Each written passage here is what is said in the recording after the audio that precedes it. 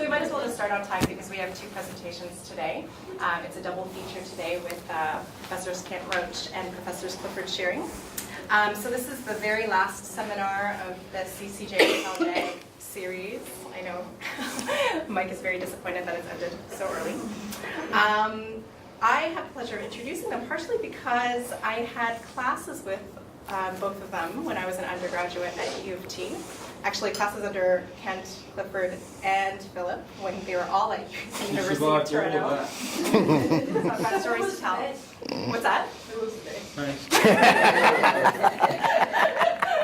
Right, I'll tell you later. Yeah, bringmyprofessor.com. But I did want to say, so it also gives me an opportunity to say that I took Kent's criminal law class, or criminal law and procedures class when I was an undergrad, and it was really what turned me on to looking at the law and looking at the legal processes and safeguards, and that's still the type of research that I do today.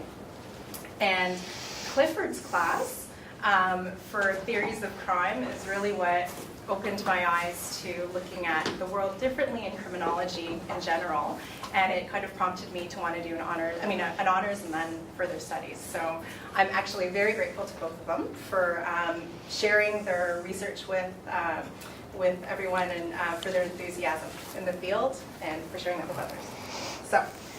So Kent is our visiting scholar here for the week. He is the author of 12 books and over 200 articles and chapters in areas including counterterrorism, constitutional remedies, and wrongful convictions and forensic evidence. He is the professor of law and the Pritchard Wilson Chair of Law and Public Policy at the University of Toronto. He has served on numerous commissions of inquiry in Canada, including the gouge in Korea forensic pathology, the bombing of Air India, the rendition of Maher Arar, and the killing of Dudley George by the Ontario Provincial Police. He is the current recipient of the Trudeau Fellowship in Canada in recognition of his academic work that has contributed to social debate in Canada. Most recently, he was a special advisor to Canada's Truth and Reconciliation Commission on residential schools, of which he will be talking to us today. So please welcome Kent Roach. Thank you so much, Rachel, for that really generous introduction. It means a lot to me. And it's wonderful to be here with old friends and new friends in an interdisciplinary setting. It all feels very nice and familiar. What I'm going to talk about is Canada's Truth and Reconciliation Commission for Indian residential schools, or Indigenous residential schools. It also included the Inuit and the limits of law and social science. So I particularly devised this talk for this audience because I want to really talk a little bit about how lawyers and social scientists think. Residential schools, profound impact on Canada's Indigenous population. One of the things that I worked on with the Truth and Reconciliation Commission is the ongoing intergenerational legacy of residential schools in a number of areas: justice, health, language and culture, families, and so on. Canada's Truth and Reconciliation Commission was not appointed by the state. Rather, it emerged from the settlement of the largest class action in Canadian history.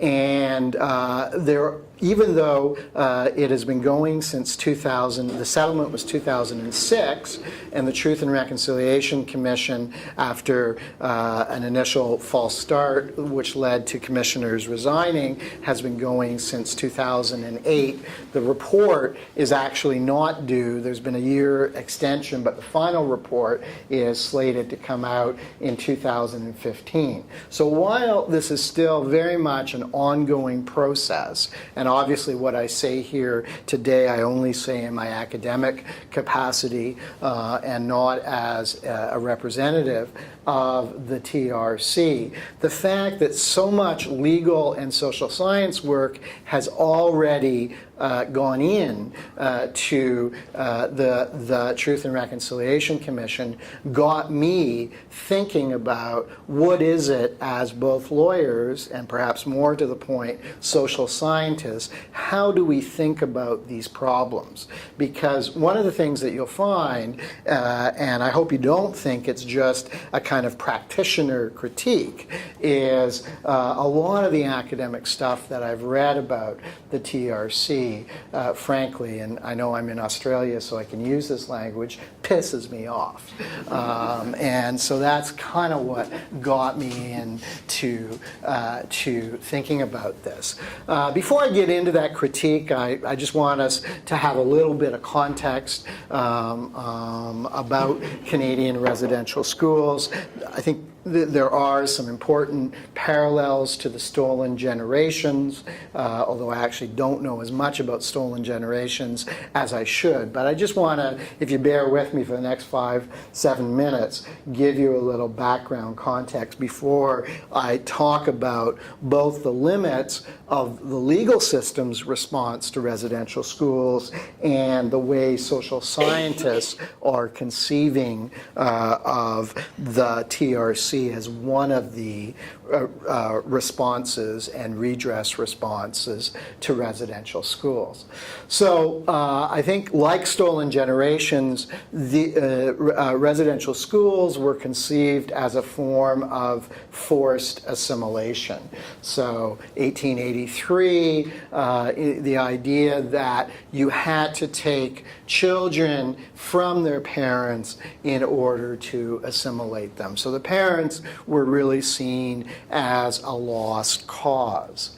By 1931, the federal government is funding 80 schools, although funding them in a very haphazard way, and that's why many, the Catholic and a number of the Protestant churches ran these residential schools with, dramatically inadequate budgets that obviously contributed to problems with diet, problems with the use of overly strict discipline because there were often quite crowded classes.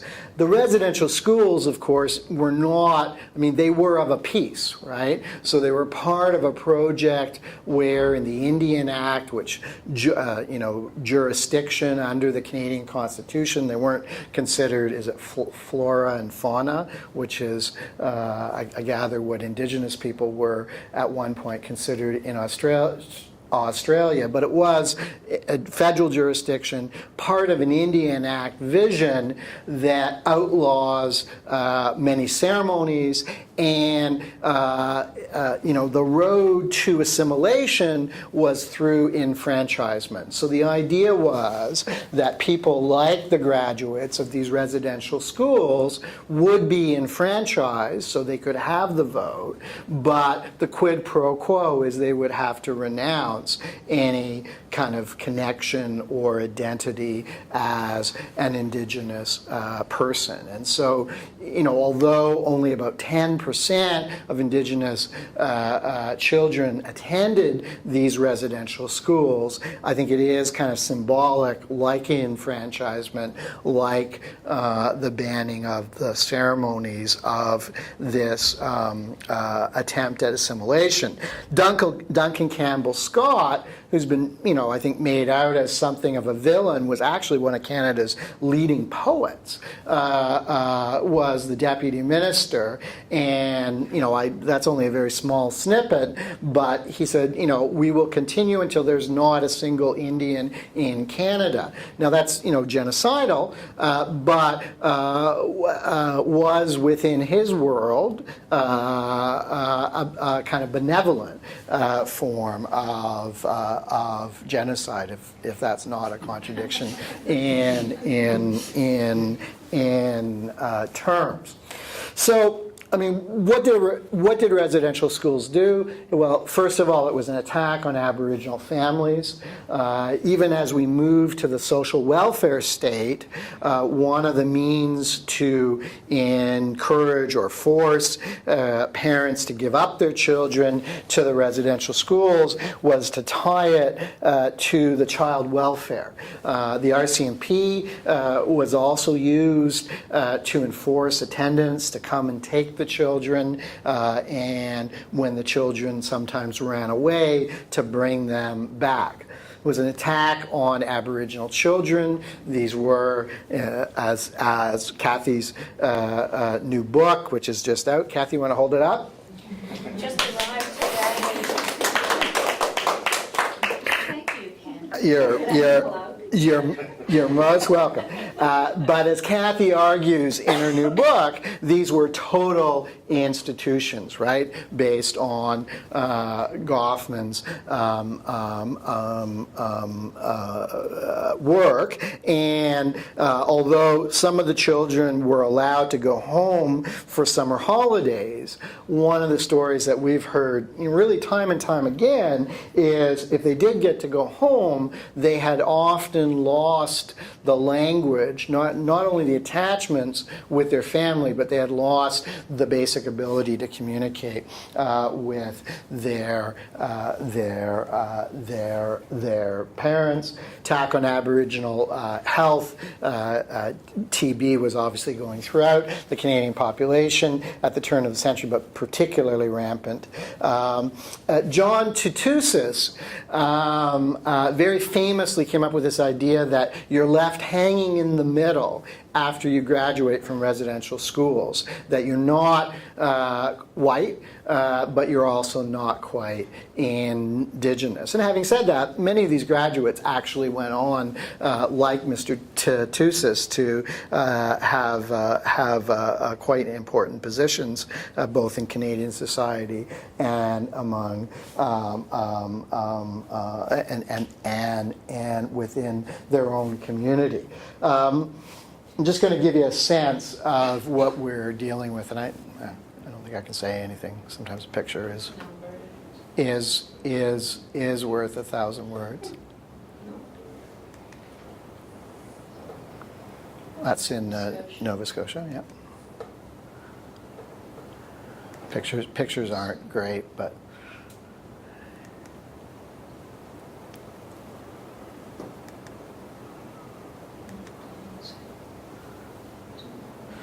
very much the education was designed for a kind of vocational system, and before the Second World War, it was a half-day system. So the children only received a half day, and then they worked in places like laundries or farms for the other half. That's another example. Mohawk Institution in Ontario, very famous one in Sault Ste. Marie, Alert Bay. Chilliwack. Someone mentioned Chilliwack.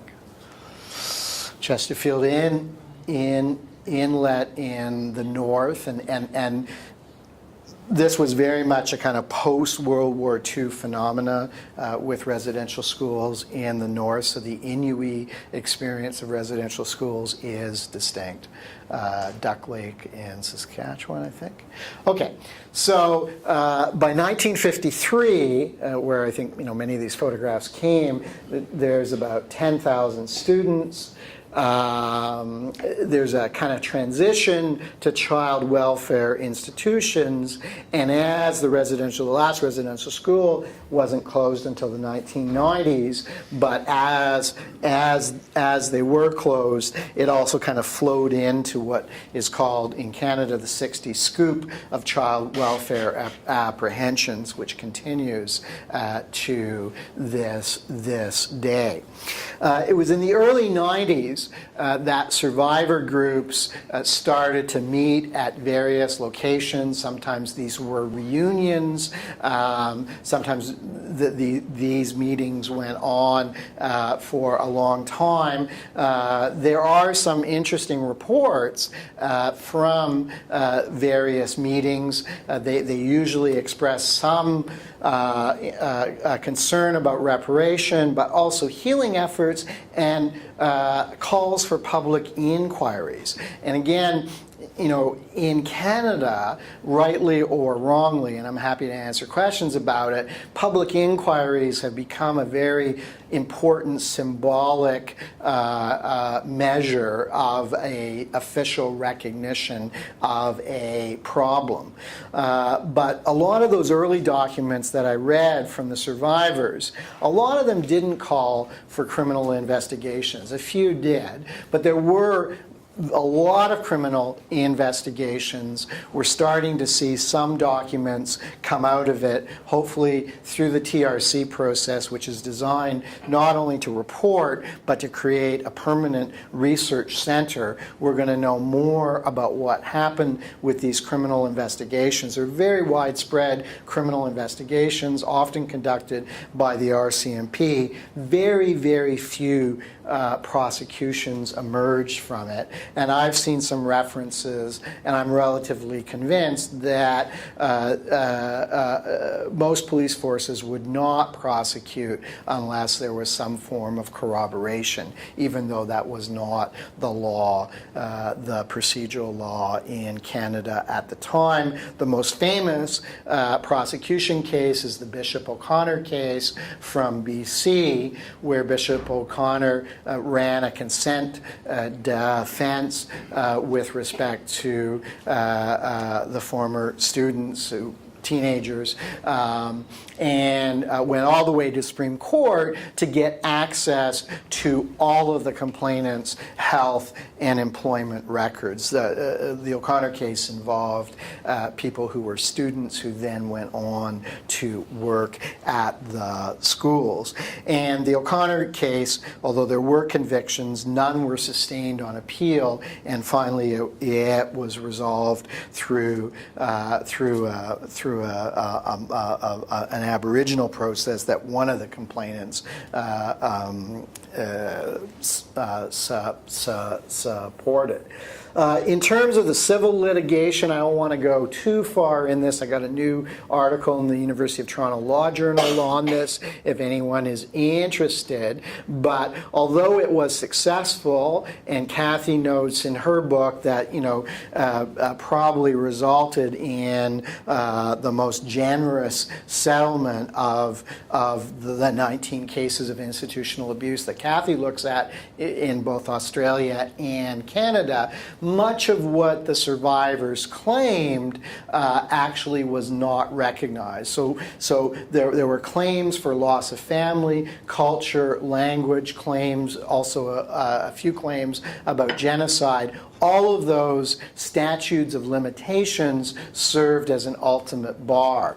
Now, I realize there's also been a lot of failed litigation in Kruger and other cases here in Australia, but I did read the Trevorrow decision from South Australia, where there is, I think, some form of relief from the form of statute of statutes of limitations. So the only really thing that got beyond the statute of limitation defenses, basically a defense that says even if you were injured, you've come to court too late, is physical and sexual abuse. And so it's played in, I think, to a public narrative that these are about boarding schools that kind of went wrong, and a few pedophiles were hired. And obviously that doesn't really capture exactly what's going on. And indeed, the most successful legal theory of liability is this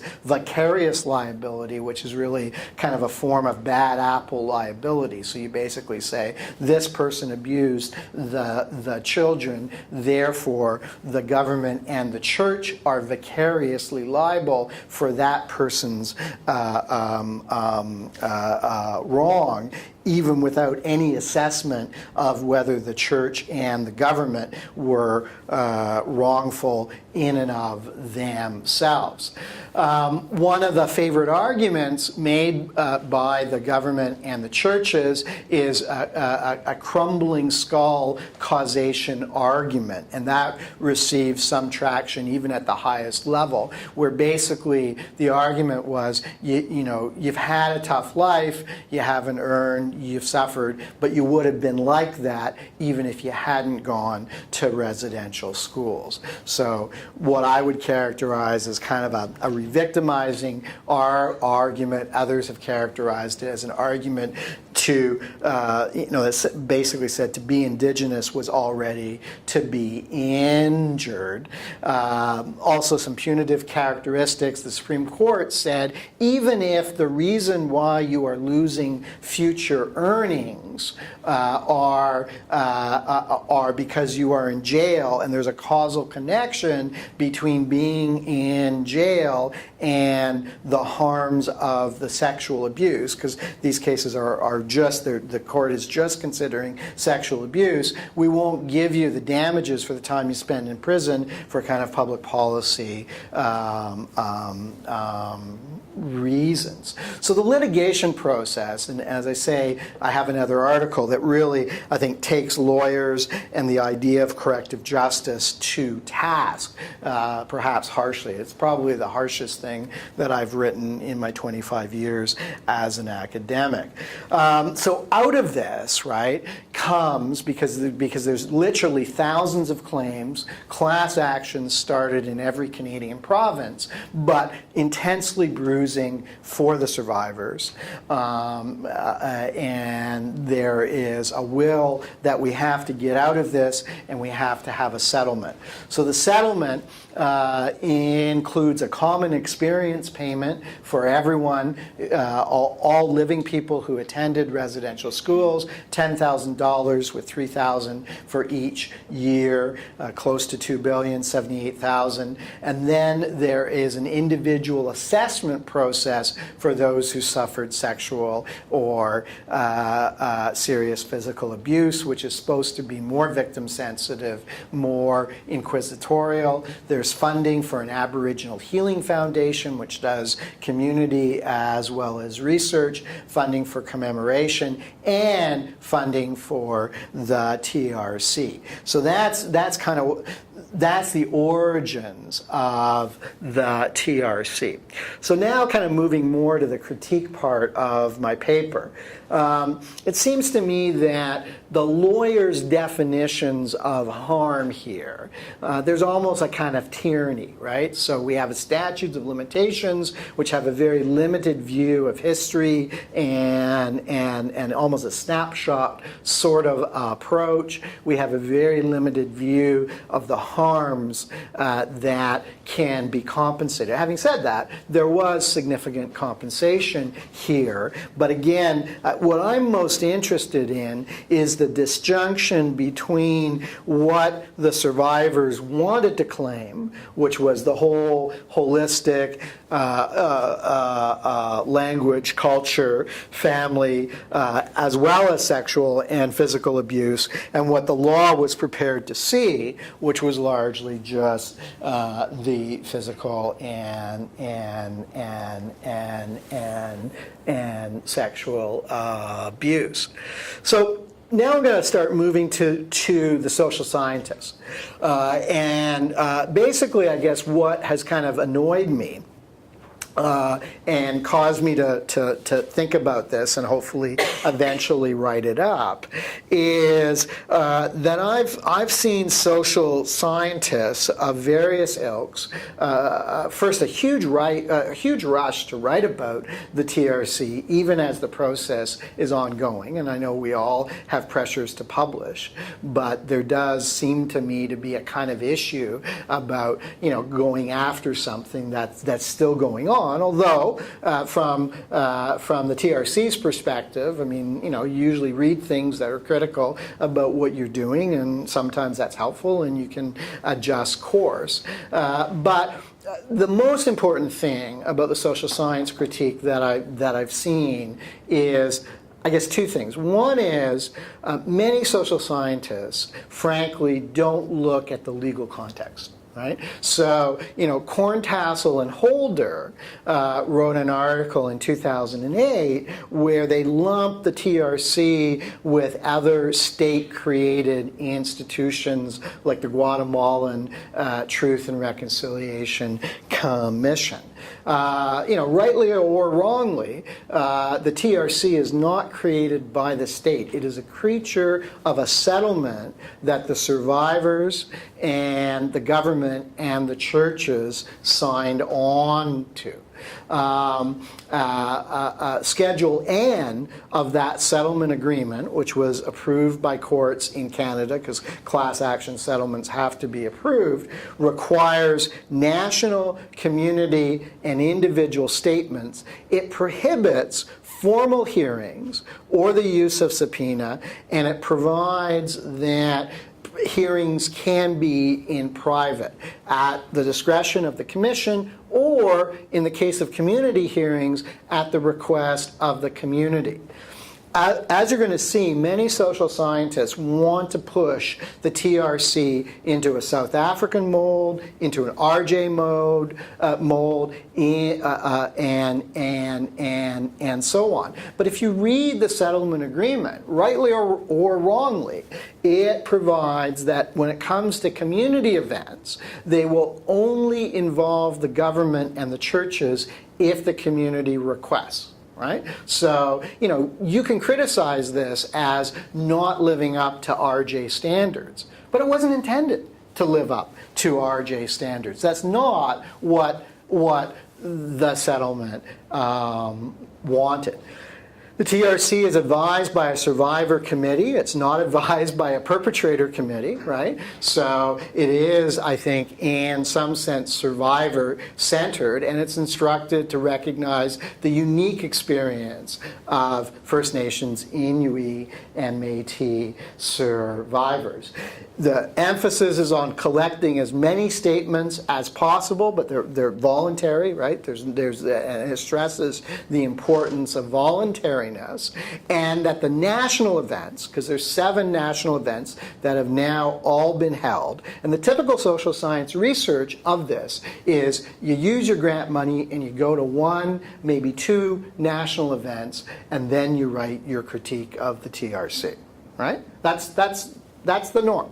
But the national events are only meant to do to be a sample.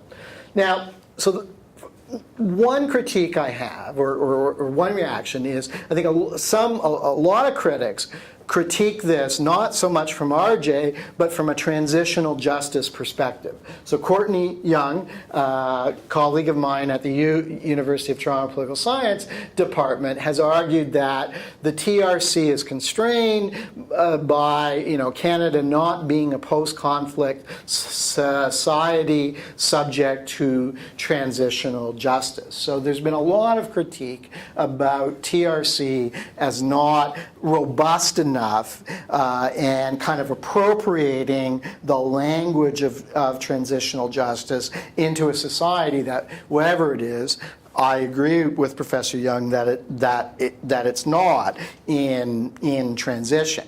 But that doesn't mean, just because it's not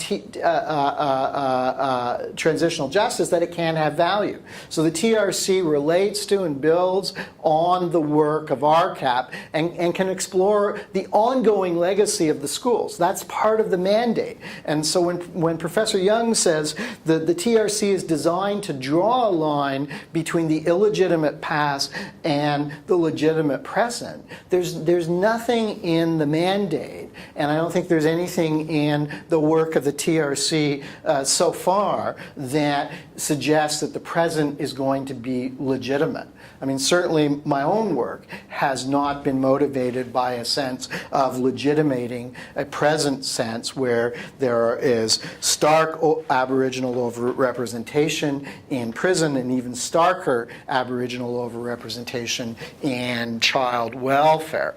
Corntassel and Holder, I've already talked talked about them have analogized the TRC to other TRCs in Guatemala and contrast it with indigenous processes. But again, the TRC, whether they get it right or not, is instructed to incorporate both indigenous memberships. 2 of the 3 commissioners are Aboriginal persons. One of them attended residential schools, Commissioner Littlechild, and instructed to use cultural informal methods. I mean, this was partly the reason why the TRC is told not to conduct formal hearings. The thing that the main target of my critique is Ronald Neeson has already published a book declaring the TRC a failure, a book published by U of T Press. And he criticizes it for not including perpetrators. There's nothing in the book that talks about the fact that Canada, for better or worse, is having a TRC after the criminal prosecutions and after the civil redress. So, to the extent there's going to be justice or injustice for perpetrators, that has already happened. And so it's again the large shadow of the South African experience. Matt James, a political scientist at the University of Victoria, has said that the survivor-centered TRC is, quote, a carnival of truth, which is apparently some catchy social science phrase, but I have to say is really, in my view, as a non-Aboriginal person, is very disrespectful, because the national events are very much laden with ceremony, and that seems to be very important to many of the survivors. So it's kind of dismissed as a politics of distraction that allows the settler society to escape wrongs and power shifts. I don't necessarily disagree with Professor James that people have escaped wrongs, but that happened long before the TRC was happening. Again, criticizing that the TRC doesn't have the power to name names and make conclusions of criminal liability. Well, again,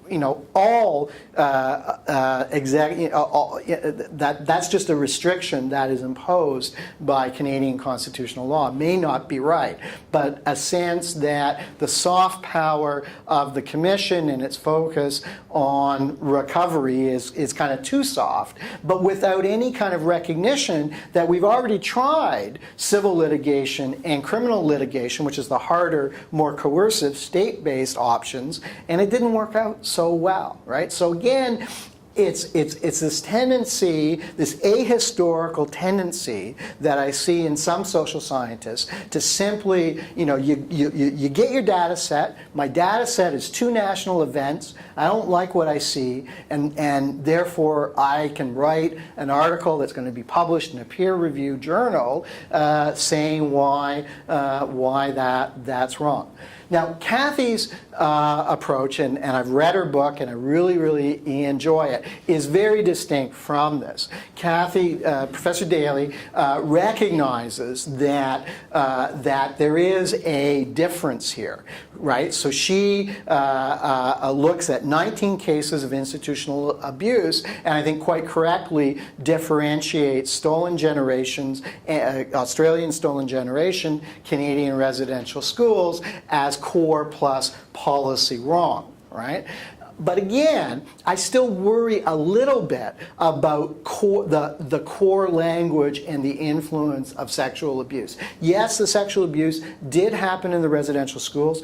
In some ways, that's the realpolitik of why there is a TRC, because without the sexual abuse, there would not have been civil litigation and there would not have been the settlement. But even on some of Professor Daly's own stuff, right, I found it was quite interesting, and I really like the book. She finds 4 decades response lag time in the 19 cases. If you go go back and on her data, and I hope I got this correct, and I'm sure Kathy will tell me, it was 113 years before there was a response to the Canadian residential schools, and 95 years for stolen generations. And interestingly enough, in both of those cases, you have higher payments than in other cases of institutional abuse in homes for child migrants, homes for other institutionalized children. So again, I mean, I think this is a valuable approach, but again, I kind of worry about not looking at things from a more historical, something that centers the Indigenous approach more.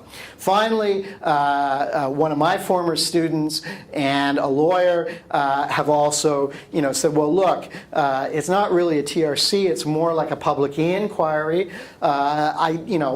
I tend to think that there's some truth to that, but again, this is a really kind of unique thing. And then the last thing is there's increasing scholarship on the issue of genocide. This is going to be a controversial issue for the Commission. I'm not going to talk about, because I frankly don't know what the Commission is going to say about genocide. But I do have to say, and this goes back, because I want to end, because I beat up on social scientists and I want to be able to leave the room and escape back to Adelaide safely. I want to end with criticizing the lawyers, because I do really worry about it, I do think that there is evidence of genocide intent, but to revert to my lawyer-like thing that poor Rachel had to endure, I don't want us to have a debate after the TRC about whether this qualifies as the actus reus of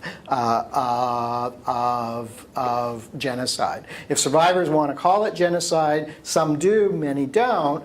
That's okay, but again, the issue is whether it's pre-existing social categories or pre-existing legal categories really don't work in very well to what seems to me to be a quite unique sui generis historic experience. So the last two slides, and I've slipped over this. So what are the lessons for us as academics, lawyers and social scientists? I think we're both uncomfortable with saying some things are sui generis. I think we're both quick to use existing concepts. I think our pressure to publish that we all experience can result in premature critiques, and this might be an example of a premature critique. But our categories, whether they be corrective justice or genocide or transitional justice and restorative justice, can distort, I think, the distinctive experience of Indigenous people in both of our society. So at the end, is this just me as a practitioner criticizing the academics, right? That, it's easy for you guys to criticize, we're having to deal with all of these issues. Perhaps, but I do think the best law in social science is sensitive to context. And you see that in Kathy's work, you see that in people like Garland, who write a history of the present that pay, I think, more attention to context without at the same time sacrificing critique and comparison, right? So I don't want to be in a position where I simply say, well, this is what it is, and there's nothing else we can do but stand back and appreciate it for what it is. I'm not talking about a painting, but I am talking about a form of social science and legal engagement that is that looks at a broader time frame, that is fights the ahistorical tendencies, and that looks at context more, and also gives institutions that are doing a difficult job a chance to work out, and then it'll all be public, and there'll be lots to keep us writing and thinking and publishing and critiquing for years to come. So anyway, sorry if I went a little bit over, and are we doing questions now? Okay. We've got about 15 minutes for questions. I just wanted to clarify what core and core plus and core plus two, because I think that formulation actually does reflect your concerns. When I was looking at the 19 cases, I saw that all of them had as their central concern a failure to care and protect for children, care and protect children.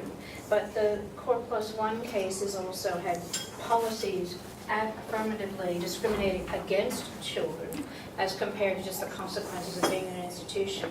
And the core plus two case has policies affirmatively discriminating against a people, as in Indigenous people in Australia and in Canada, which was, a policy of forced assimilation.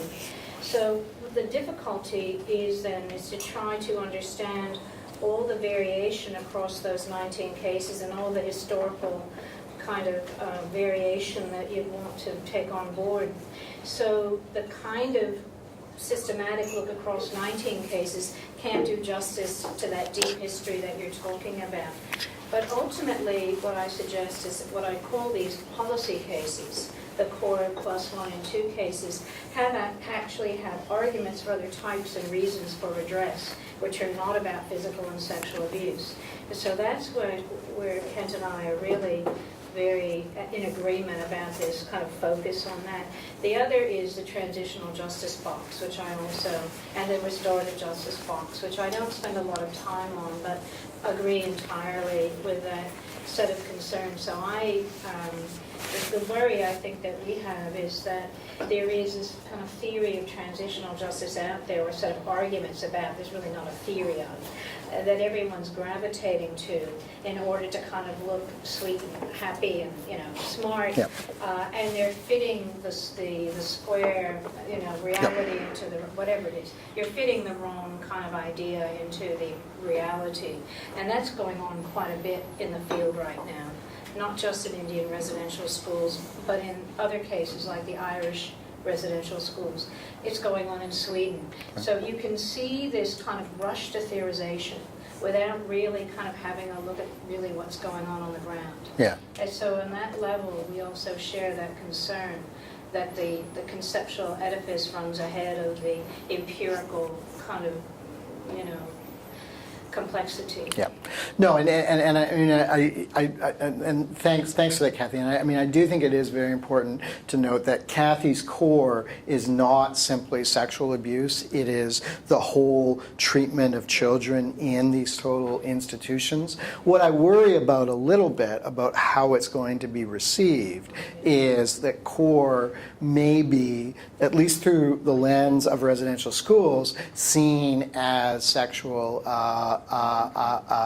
abuse. And Kathy does, I think, a wonderful job of talking about, has this concept of the sexual use of children, which I think, focuses on how this is tied up with the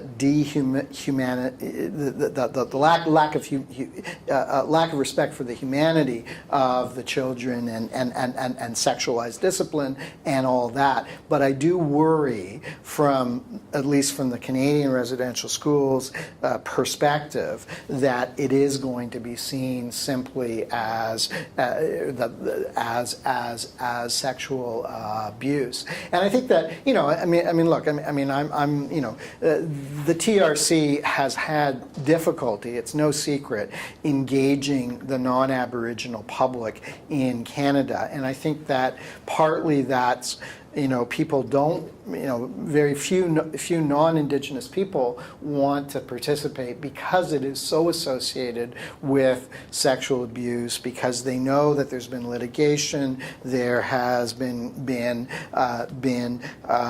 compensation. So I think among large swaths of non-Aboriginal people in Canada, there's a sense that we've already dealt with this. I think one of the things that you see in the national events, and hopefully in the TRC's report, is starting for the Indigenous communities to kind of process and work through these events for themselves. But if, to the extent the TRC has some success at doing that, then they're very vulnerable for a critique of not engaging in restorative ceremonies, not doing the political work with respect to transitional justice and decolonization. And I think, that there is a certain truth to those critiques, but I always, have a better time absorbing someone's critique after they have understood and have demonstrated. I mean, I'm sure we say this to our students all the time. Before you move to critique, show us that you understand that which you are critiquing. And one of the reasons why some of these early reports have pissed me off so much is they don't demonstrate, at least to me, that they understand what they are critiquing. Philip. I'll rely on the fact that you don't have another slide that says excellent question, Philip. So, but I'm just curious, is this setting up of a TRC as part of the settlement of a class action, is this unique? Has this ever happened before anywhere else? No. And secondly, what were the explicit objectives of this institution? Right. In terms of what it was designed to achieve. Right. Was it to meet some needs of the litigants, or did it have a broader objective in terms of wider Indigenous society and wider society generally? Yeah, no. I mean that's a good and important question. I mean, I can answer it on a couple of levels. I mean, one is if you look at the actual settlement agreement, it really says, look, you should have national events, community events, taking of individual statements from any survivor or any person who wants to come forward, and a report. So at the most basic level, those are the objectives. Kathleen Mahoney, who represented the Assembly of First Nations, which is the largest organization representing First Nations, not Inuit or Métis, in Canada, and they were a party to the agreement because they brought their own class action at the end, has written in the University of Toronto Law Journal in a special issue that's just come out that the negotiations were, federal government, churches, all the personal injury lawyers, and the AFN. Most of the time on the negotiations was spent on, frankly, lawyers' fees. And by the time they got to negotiating this, it was the federal government and the Assembly of First Nations were the main movers. So, and the Assembly of First Nations had sponsored research in 2004 on the limitations of the existing litigation system. And they brought in a lot of academics who were, broadly kind of RJ fans. So I think that there might be that there was some kind of RJ push to a TRC, but when you look at the actual details of what the TRC is allowed or not to do, to me it doesn't really fall into a strict RJ model, because it basically says if the communities don't want people from the churches or the governments being there, they're not going to be there. And although there are government people, churches, there are honorary witnesses witnesses who are prominent Canadians who are bestowed with an honorary witness status at the national hearings, most of what you would hear if you went to one of these 3-day national events would be from Indigenous people, and not just survivors, people talking about intergenerational harm, people talking about resilience. So I think that you could argue that this was a form of memory, it was a form of recovery, a form of resistance from Indigenous, from the Indigenous community. And I think that if that's the criteria, then I think the TRC has at least an outside chance of being seen as a success. If the criteria is transitional justice or restorative justice, I don't disagree with all these scholars that the TRC is going to be seen as a failure if you set up that as the goal of the TRC. Any other questions?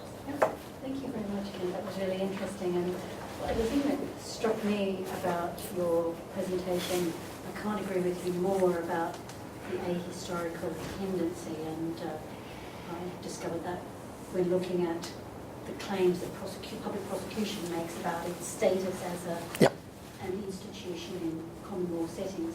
But what struck me most was the way in which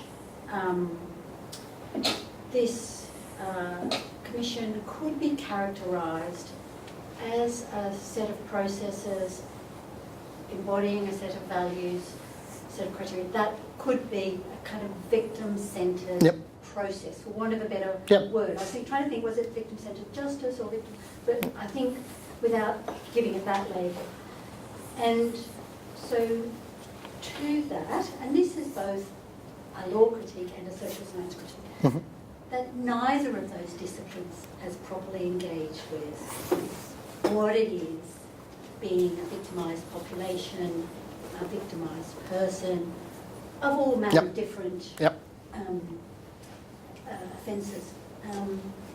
So I wonder if you would comment on that. Yeah, no. I mean, well, first, I agree with you that it's victim survivor centered, and I also agree with you, especially, I mean, at least on the law side, that the law has really not, and some of my own writings about victims' rights, I talk about how, victims' rights now has often been tacked on to a punitive agenda, kind of victims' rights being for crime control, that sort of stuff. So I agree with you that the law has not adequately taken on board victim interest. Kathy's book talks about kind of victim justice interest as being a kind of criteria through which to judge. I think we need to work upon that. I mean, one of my own kind of personal worries about the TRC is that although survivors who have spoken have clear choices between doing it privately and doing it publicly. And the statements that I've read and that will eventually be in the Historical Research Center, there's, very good consent forms, right? But one of the things that I worry about is that to the extent that the report may be victim-centered by using those statements of the survivors wherever possible to put flesh on what we know about the state of Aboriginal education, language, families, justice, health. I do worry about re-victimization, right? Because I think it's one thing to sign a waiver and a consent form. It's another thing to know that you're going to be in, the first paragraph of the 15th chapter of a report that people are going to look at. And given our societies, there's going to be some more mean-spirited people that are going to look at this report. We just can't control that. So, Yeah, I mean, it is victim-centered, it is survivor-centered. Are we getting it right? I'm not sure that we are. Do we have a lot of expertise in the kit bags? Perhaps not. I mean, there's a lot of language of healing, a lot of language of recovery. I think within Indigenous communities in Canada, that's a very complex mix, right? So there's tradition to be sure, but there's also modern psychotherapy, and and whether that's optimal, I don't know. But, and most of the academic critics who have identified this as victim-centered have not raised your point, which is we may not be doing it right, but have raised the point that this is part of the politics of distraction. Right, that this is a way to avoid the deeper political, economic issues inherent in the relationship between Aboriginal people and a settler society. They want me to shut up. Well, thank you for a very thought-provoking talk. Thank you for fitting us into your busy schedule. He's actually giving a lot of talks and visiting a lot of places in Australia and New Zealand. So this is one of 4 talks, is it? Around. So thank you very much, and it's been a pleasure to have you here, Kevin.